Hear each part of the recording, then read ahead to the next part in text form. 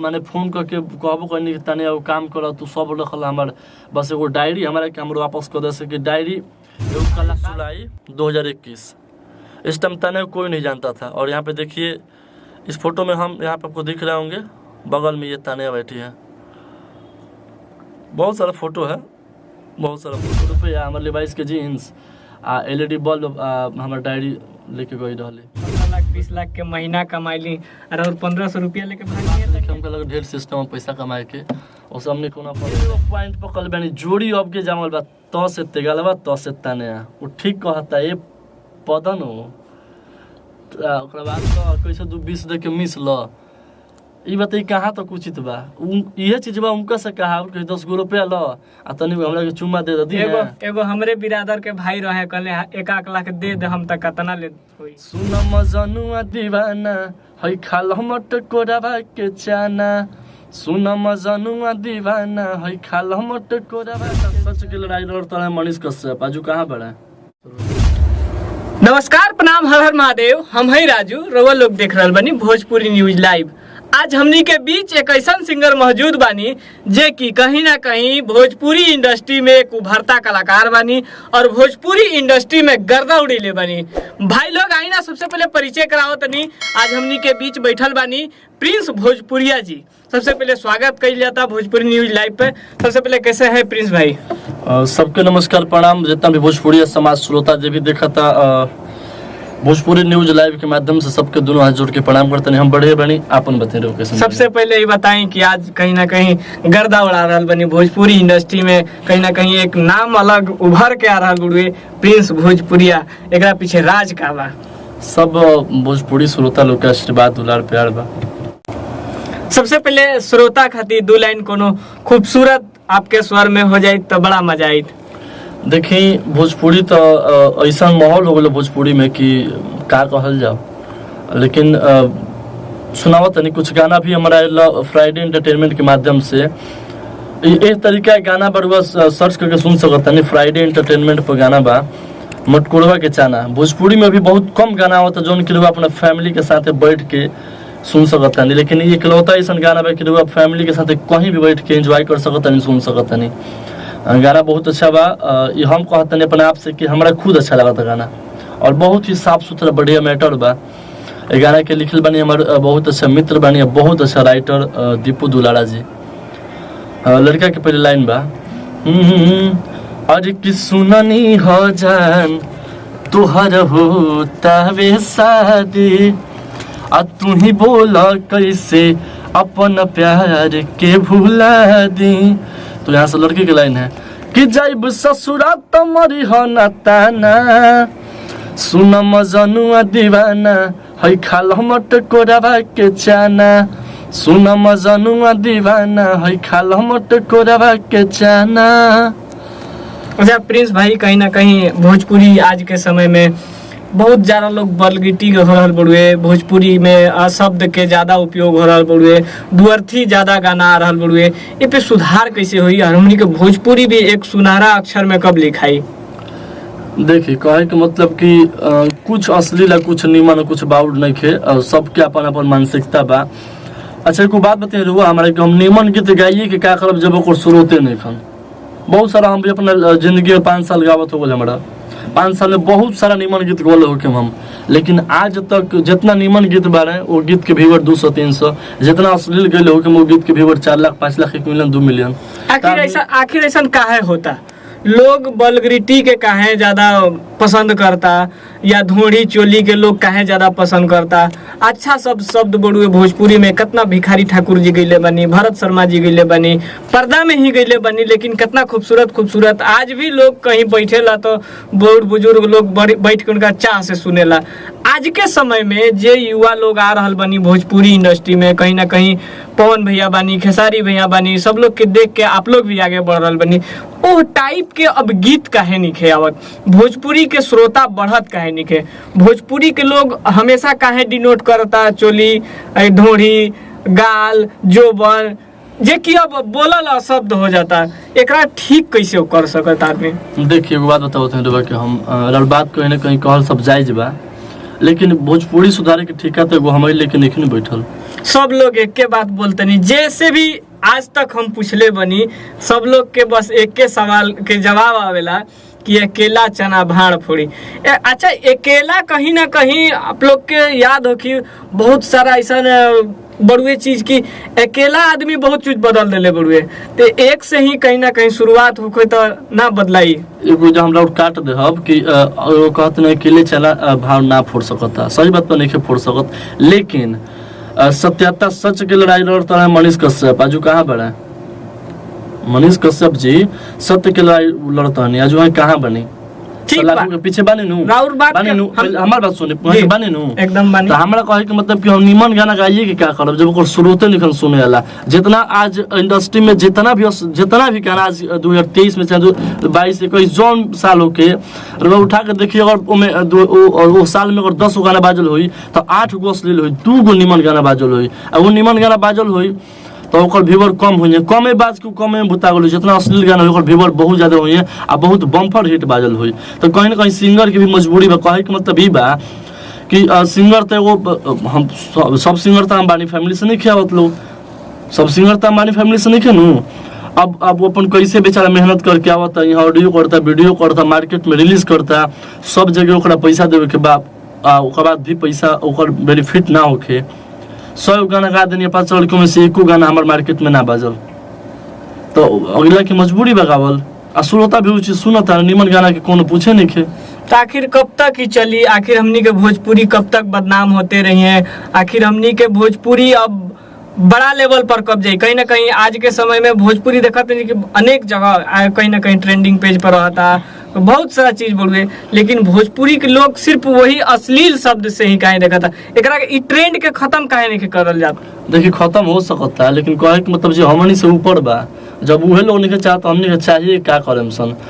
जब हम कहे के मतलब समझ गए लोग जो हमनी से ऊपर बा एज मतलब कि जे भी इंडस्ट्री के धरोहर बा, केहू ट्रेंडिंग स्टार बा, केहू पावर स्टार बा, केहू हिट मशीन बा, केहू फलाना ढिंका लोग बा, जब उहे लोग ये चीज करता तो हमनी के वही लोग के देख के सीखे के बा, तो हमने क्या कर सकता निसन। जब उहे लोग गाना अपने में एक दूसरे के चोरी कर लेता लो, एक दूसरे के अश्लील गावता लो।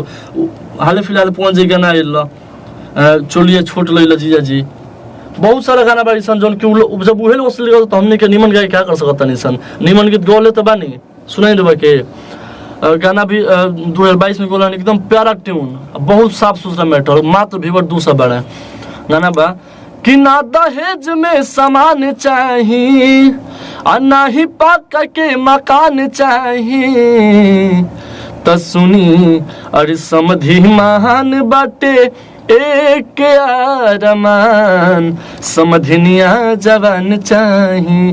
और सर्च मार के सुनब मात्र 200 व्यूअर बड़े गाना के, तो बताई कहीं ना कहीं मजबूरी न बा अश्लील गावल हमनी के। अश्लील कहीं ना कहीं बहुत ज्यादा वर्चस्व बनेले बड़ुए, कहीं ना कहीं अब भोजपुरी लोग कहीं ना कहीं साफ सुथरा के ट्रेंड चलते नहीं है। अब कहीं ना कहीं देखा जाता कि साफ अश्लील चलिए, ये सब तो भाई बात की बात। एक तो खट्टा मीठा सवाल, कहीं ना कहीं आपके एगो इंटरव्यू बड़ा वायरल चल रहा बड़ुए, तानिया जी राउर के ने पैसा उसा लेके भाग गई, का सच्चाई बा पे? देखिए विषय में नहीं बोलवा तो ठीक रही, काहे कि बोलवा कि अपनो जबान गंदा कराए हमरो गंदा कराए। गंदा के बात का बा जौन अपीती भइल बड़ुए रुआ संगे, तो ओका रखना जरूरी बड़ुए। देखिए मैं कोनो माने झूठ वाला बात नहीं खे, जैसे कि हम असहु 3-5 में रहे के फेरा में ना रहिले, लोग ये सोचते कि प्रिंस भोजपुरी इंटरव्यू दे के हिट होके चाहता है, चाहे मार्केट में होके चाहता है, ऐसा हमारे कोनो अंदर से फीलिंग ना रहे कि हम उनके बारे में बोल के बोले कहे तो ढेर चैनल बहुत सारे न्यूज वाला भाई लोग के हमारे लगे फोन आयल कि भैया हमारा खातिर बोल दे, लेकिन कहे के मतलब ये कि जो सच्चाई बताओ इंटरव्यू में आदमी बोल ले बा। आई बात सच है कि 1500 रुपया हमारे 22 के जीन्स LED बल्ब हमारे डायरी लेके गई रही। उनके हम मैंने फोन करके कहबो करनी कि तने वो काम कर तू सब रखल हमार बस एगो डायरी हमारा के हम वापस कर दे सके। डायरी एगो कलाकार खातिर ओकर जिंदगी डायरी हो सकता अगर वो रियल कलाकार होके तो। अच्छा ये कहाँ के घटना है, कैसे कैसे घटना घट गई कि और पर्स और पैसा वैसा सब गायब कर देनी? अरे कि हम चीज दिखावत नहीं, जब 2022 के टाइम रहे वो समय तानिया झा ना रही, तानिया के केहू ना जानते रहे। अच्छा देखिए कैमरा वाला भाई से तनी हम कैमरा भाई तन जूम करके दिखाई। यहाँ पे देखिए 28 जुलाई 2021, इस टाइम ताने कोई नहीं जानता था। और यहाँ पे देखिए इस फोटो में हम यहाँ पे आपको दिख रहे होंगे, बगल में ये तानिया बैठी है। बहुत सारा फोटो है, बहुत सारा फोटो है। हम देखिए ना ही बोलते इसके बारे में, ठीक है। ये फोटो का राज का है प्रिंस भाई। लेकिन देखिए कहने का मतलब कहीं ना कहीं मजबूरी है हमको भी बोलना, क्योंकि एगो भोजपुरी में कहावत है कि चोरियों करो सीना जोड़ियों करो। आप बड़ा बनिए ठीक है, लेकिन बड़ा उसके सामने मत बनिए जो आपको बड़ा किया हो। एगो कहावत है कि माई के सामने ममहर के बड़ाई, ये चीज मत कहिए, ये चीज मत कीजिए कि हाँ आपको जो बनाया हो उसी के सामने बड़ा बनना स्टार्ट कीजिएगा, तो कहाँ तक शोभा देगा ये। तानिया जी बड़ा जोर शोर से हल्ला करी ना कि हम 15 लाख 20 लाख के महीना कमाइली और 1500 रुपया लेके भाग जी है। तानिया जी कमाली ठीक अपना खातिर कमास, हमरा तो ना कमात हुआ, कमाते हुए तो कोनो खर बात नहीं है। हमको लगे ढेर सिस्टम पैसा कमाए के, और सब हमने कोनो पति नहीं खे। कौन कौन सिस्टम से आवा सकता है? और उनका लगा तमाम सिस्टम बा कि वो सिस्टम से पैसा कमा सकता है, लेकिन वो सब विशेष कैमरा में ना कहल जी महाराज। ये सब बहुत बड़ा बात बोल रहा बनी। का हो गई उसे? अच्छा ये पैसा वाला बात कब के रहे? लोग डेट दिखाबे कनी 28 जुलाई 2021 के बात रहे सब। ओकर बाद से हम ना बोलती, लेकिन कहे के मतलब अगर हम चुप बानी तो हमरा के चुपे रह देवे के चाहिए। अब हमरा के बार बार खोदा बार बार खोदा तो कितना आदमी बर्दाश्त करी। बर्दाश्त करे के वो सीमा होला, ओकर वजह अथी होला कि आज मतलब 2-4 महीना 5 महीने 1 साल बर्दाश्त करेला आदमी। अब उनकर हम कुछ इंटरव्यू दिखानी, मतलब 10 गो इंटरव्यू रो के दिखाएम हम। हर चीज में एगो प्रिंस के नाम ले लो, हर इंटरव्यू में प्रिंस के नाम ले लो। भाई क्या मतलब? अगला जब नहीं बोल रहा है तो आप चुप रह जाए, उसका नाम मत लीजिए। आदमी मजबूर होकर बोल ले उनके बारे में, मतलब हमको शौक ना रहे उनके बारे में हम बोलब। कहीं रहो तानिया के नाम लेके हिट होकर तो नहीं चाहत। ई राउर बहम बा, ऐसे कि उनका अभी जितना नाम बा उससे बेसी आदमी नाम कमा चुकल बा। आ हम उनका के गायक मनबे ना करनी, लोग बजाय में उनका के लेवे नु माने इंटरव्यू कब अगर जाए दो अर्थ वाला बात ना बोले। बड़ी ले ले बनी इंटरव्यू उनकर, मन ले ले बनी जी ले ले बनी इंटरव्यू, मन ले ले बनी हां इंटरव्यू। हां तो हम कहां कहने कि हम तो कुछ दूसरा और व्यू कहीं और जाता। इहे चीज इहे सोच इहे देखे के बा, इहे सोचे के बा। हम का कहत नहीं रुआ का सोचता नहीं, इहे चीज माने सोचे के बा। अच्छा ये लाइव देखिए नु कहीं ना कहीं फिर रुआ अगर ये फेसबुक आईडी पे आके उतना तो हिम्मत नहीं है ना, औकाते नहीं गरिया देव के बोल देवे के, उतना हिम्मत औकात नहीं गरिया देव के। बहुत लोग के ठंडवा देले बनी, कहे नहीं कि हम जे भी हमारा चक्कर में पड़े ले तो मान्य हानि होला, न तो जेले जाले, न तो उनकर कैरियर बर्बाद। थोड़ा सा इंटरव्यू करना, फोन कर आपको। तो क्या कहनी है लाइव में कहे नहीं कहीं ना कहीं कि हम हमारा पीछे जे पड़ब लोग तो बर्बादे होब लोग, न तो आबादे होब लोग। अच्छा वो गायिका है वो लगता एगो गायक के लगे बढ़िया ओकर गायकी होके के चाहिए। गायक के साथ साथ मतलब एगो हाव व्यवहार ई सब एगो मायने रखेला कलाकार खातिर। उ के और वो गायक लगेली। आज तो कोनो उनकर गाना हिट बताइए हमरा के, जोन गाना पब्लिक सुनले होके मार्केट में बाजल होके हम तो सुनल ही नहीं की। आज खेसारी लाल गरिया द, परसों पवन सिंह गरिया द, तरसों विष्णु ओझा गरिया द, ओकरा अगले दिन भरत शर्मा गरिया द। भोजपुरी के केहू धरोहर उनका से बात चल नहीं है, जैसे लगल कि वो सभी केहू अपने से पैदा कैले बारी। ई कौन बात बोल देनी? 10 दे के 21 द, 500 1000 दे के होहू में से चीख द, बड़ा तहलका मचिले बनी। अरे बकल बनी लेवे के हम करे के माने 10 दे के जोन कहानी है चीज हवा के ना, वो कहेली खुले आम कहली कि 10 दे के 21 द, 500 1000 दे के। तो ई तो हम नहीं सुनले, नहीं सुन रहे थे तो ये चीज के कहती कि हम भाई सुन ले वाले के सुनना ही नहीं। कौन गाना बजाना हमारा भोजपुरी में पहला के गीत रहे, गोरिया चांद क्यों जोड़िया नियन गोर बारू हो, तुहर जोड़ के हुने के बेजोड़ बारू हो। भोजपुरी के पहले सब गीत रहे में रस रहे। आज के आजू गीत बा धन बारू ये सुना धन बारू हमारे पहला पसंद बारू। अभी हाल फिलहाल गाना बहुत सारा बा, लेकिन एक बार आता ना अश्लील महाराज हिट हो खातिर कुछ कर दिया। ये थोड़े देर पहले ही रहुए कहले रही कि लोग अश्लीले सुनता, अश्लील नहीं सुना। अश्लील सुनता तो कहे मतलब एक बार उतना अश्लील ना कर दे कि 10 लेके 21 ल, कैसे 20 दे के मिस ल। ई बताई कहाँ तक उचित बा? ये चीज बा उनका से कहा कि 10 गो रुपया ल आ तनी हमरा के चुम्मा दे दी। एगो हमरे बिरादर के भाई रहे, कहले 1 लाख दे दे, हम तक कितना ले होई। हां तो वहां के देले हो, तो वहां से पूछे के पड़नु कि 1 रुपया के लाख देनी तो का भइल का ना। हां जी रहुआ तो 2021 से बनी तो कुछ ना कुछ तो जानते हो हम। ना भैया विशेष हम नहीं जानो तुमके बारे में, बेसी बेसी हमरा से मत बोलवाई सब ऐसे कि हमरा की कहे कि मतलब विशेष ही बनू। हमरा डर नहीं खे, अगर केसो कह दी लाइव देख केसो कहे तो हमरा डर नहीं खे। गावत बजावत आदमी केस होई, FIR दर्ज करनी है, केस होई, आदमी 2-4 महीना जेल खटी, फिर आई फिर गई। लेकिन कहे के मतलब कि कलाकार से मुंह लगावल जाला, वो कलाकार नहीं है, वो महिला नहीं बहिला है। बहिला है? हाँ वो बहिला है, महिला नहीं है। कबो तेगलवा से बियाह होने लगता है तो कभी किसी और से। अब के पॉइंट पकड़ बनी जोड़ी अब के जामल बा, तो से तेगलवा तो से तने वो ठीक कहता है पदन हो। ओकरा बाद don't touch my no permission का तू कहता तेगलवा तो कह दे कि जाके भेंट कर लेबो। आ जोड़ी अब के कनी के ठीक जमल बा, अब के ठीक जमल, अब के जोड़ी तेगलवा तने दोनों के राशि सेम बा। अब के जोड़ी एखनी के ठीक जमल बा। पहले ठीक ना रहे, तो से तूफान या तो से तानिया ना तो तूफानी जी तो मानता नहीं हमने के आदर्श बारे, आ तूफानी जी तो मानता नहीं वो कलाकार हूं। 3 बेर बियाह कइनी उनका से, 3 गो निकलल, 3 बेर बियाह कइनी। वो ठीक बा, तूफानी जी कहले होगस तो ठीक बा, लेकिन अब के ओकर रियल हस्बैंड के रूप में तेगलवा मिलल बना। तो से तेगलवा तो से तूफानी कहीं ना कहीं तो से तेगलवा तो से तानिया, अब तो से तेगलवा तो से तानिया, अब ये दोनों के राशि मिलल बा। मिल गेल बा दोनों के राशि ना, दोनों के राशि आ दोनों के नाम तेगलवा तानिया ठीक बा। मतलब बियाह करा दिया का इस लगन में जाके रुको कहीं ना एक दिन हम कराइए दे हम बियाह। तूफान जी के घोड़ा के नाम तानिया।